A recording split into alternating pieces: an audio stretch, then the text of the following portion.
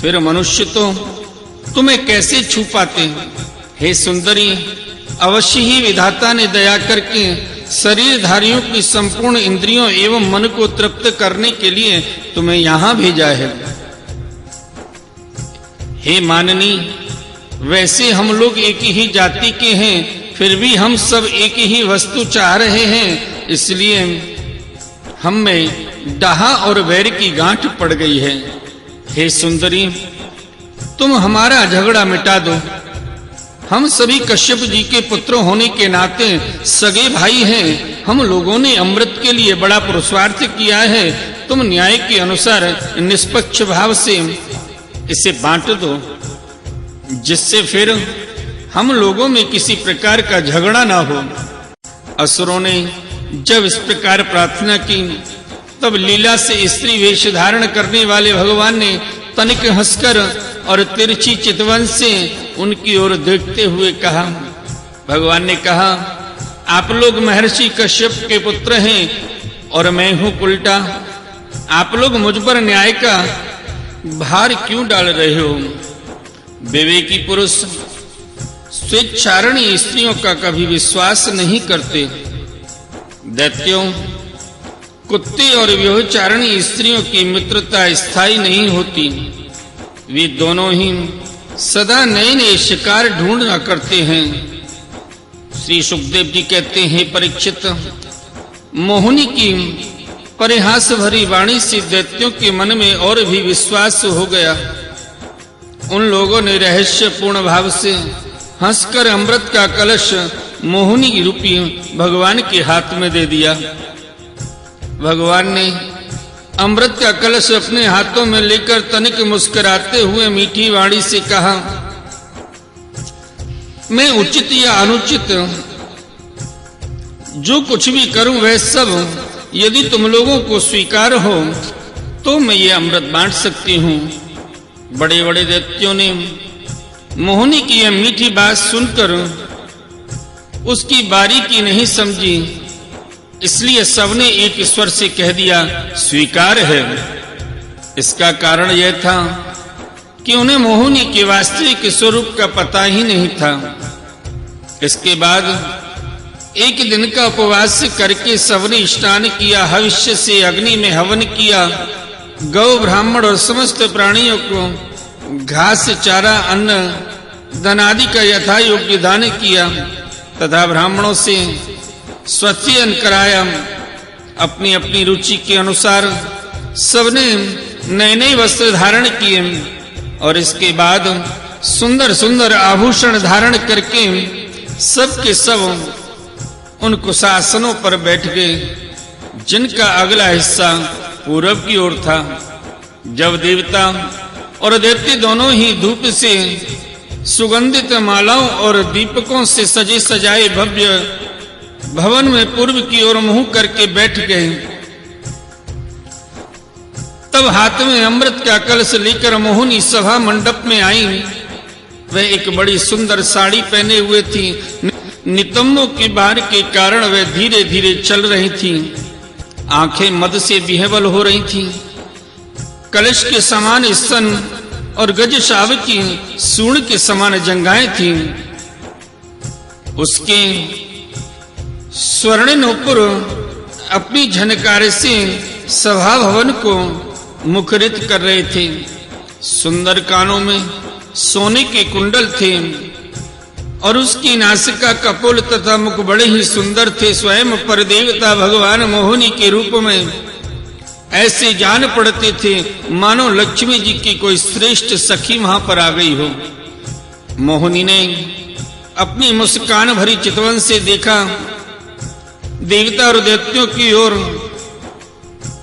देखा तो वे सब के सब मोहित हो गए। उस समय उनके स्तनों पर से अंचल कुछ खिसक गया था।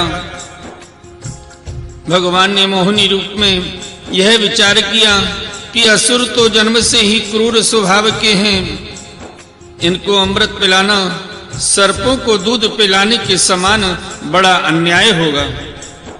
इसलिए उन्होंने असुरों को अमृत में भाग नहीं दिया। भगवान ने देवता और असुरों की अलग अलग पंक्तियां बना दी और फिर दोनों को कतार बांधकर अपने अपने दल में बैठा दिया। इसके बाद अमृत का कलश हाथ में लेकर भगवान दैत्यों के पास से चले गए। उन्हें हाव भाव और कटाक्ष से मोहित करके दूर बैठे हुए देवताओं के पास आ गए तथा उन्हें वह अमृत पिलाने लगे, जिसे पी लेने पर बुढ़ापे और मृत्यु का नाश हो जाता है। हे परीक्षित, असुर अपनी की हुई प्रतिज्ञा का पालन कर रहे थे। उनका स्नेह भी हो गया था और वे स्त्री से झगड़ने में अपनी निंदा भी समझते थे, इसलिए वे चुपचाप बैठे रहे। मोहिनी में उनका अत्यंत प्रेम हो गया था। वे डर रहे थे कि उससे हमारा प्रेम बंधन टूट ना जाए। मोहिनी ने भी पहले उन लोगों का बड़ा सम्मान किया था, इससे वे और भी बंध गए थे। यही कारण है कि उन्होंने मोहिनी का कोई भी अप्रिय बात नहीं की। जिस समय भगवान देवताओं को अमृत पिला रहे थे, उसी समय राहु दैत्य देवताओं का वेश बनाकर उनके बीच में आ बैठा और देवताओं के साथ उसने भी अमृत पी लिया। परंतु तत्क्षण चंद्रमा और सूर्य ने उसकी पोल खोल दी। अमृत पिलाते पिलाते ही भगवान ने अपने तीखी धार वाले चक्र से उसका सर काट डाला। अमृत का संसर्ग न होने से उसका धड़ नीचे गिर गया, परंतु सिर अमर हो गया और ब्रह्मा जी ने उसे ग्रह बना दिया। वही राहु पर्व के दिन पूर्णिमा और अमावस्या को बैर भाव से बदला लेने के लिए चंद्रमा तथा सूर्य पर आक्रमण किया करता है। जब देवताओं ने अमृत पी लिया, तब समस्त लोगों को जीवन दान करने वाले भगवान ने बड़े बड़े दैत्यों के सामने ही मोहिनी रूप त्याग कर अपना स्वाभाविक वास्तविक रूप धारण कर लिया।